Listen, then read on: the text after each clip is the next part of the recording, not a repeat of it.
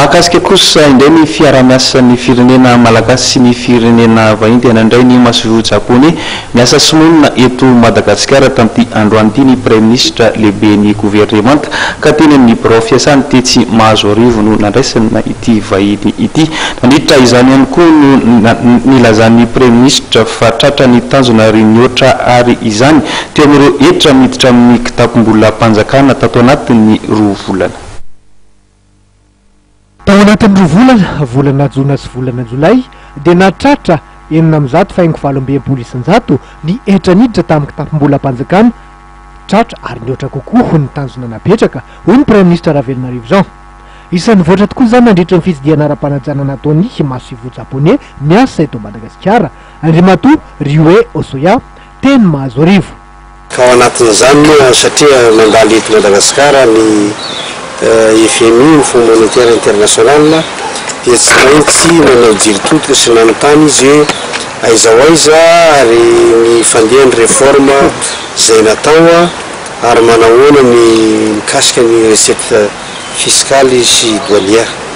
Dia nazavaiko taminy moa hoe mandeha ny réforme raha mikasika ny recette douanière sy fiscale dia misy ny ezaka vitan'ny fanjakana. Eto aho zany dia lazaiko aminao fa miteny ny 2 volana farany zany hoe ny volana Jona sy Jolay ny moa mbola tsy ampelantanako dia nahatratra tany amin'ny 106,68% ny recette fiscale. Zany hoe tratra zany ny tanjona ny ohatra mihitsy aza. Fa raha mikasika ny recette douanière dia raha 4,2 milliards d'ariary par jour ny prévu dia 3,9 milliards d'ariary par jour ny recette douanière azo. Dikan'izany hoe mbola tsy tratra tanteraka zany teo amin'ny recette douanière fa raha oharina tamin'ny taloha dia efa ezaka lehibe ny vita ao anatin'izany. Nasian'ny Premier Ministre sy masoivo japonais resaka ihany koa ny manodidina ny raharaham-pirenena sy ny fanaraha-piaraha-miasa eo amin'ny firenena roapota. Tao anatin'ny koa izy zany dia niteny hoe betsaka hoy izy ny ezaka vitan'ny filoha amin'ny lafin'ny ara-politika ary niteneny teo moa amin'le zava-misy zany amin'le memorandum de stabilité tsisy mahakivy fa ny ezaka hita maso ary izay no antony andalovana hoy izy dia ifampiresahana afahana manao an'izay.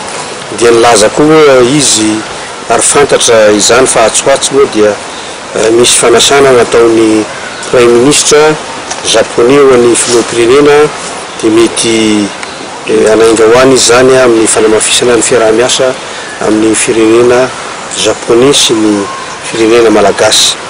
Ary tao anatin'le dinidinika koa moa zany ny fijerevana ny mikasika ny reny social ao anatin'izany zany ny resaka fahasalamana sy ny fampianarana ary ny fanomezana rano fisotro madio. Nisy ihany koa ny filakevitra ministra niarahana tamin'ireo mpikambana amin'ny gouvernemanta voafantina io marainio na ahafahana mandinika ny lalàna mikasika ny seny sy ny sata amin'ny fehan'ny fifandraisana.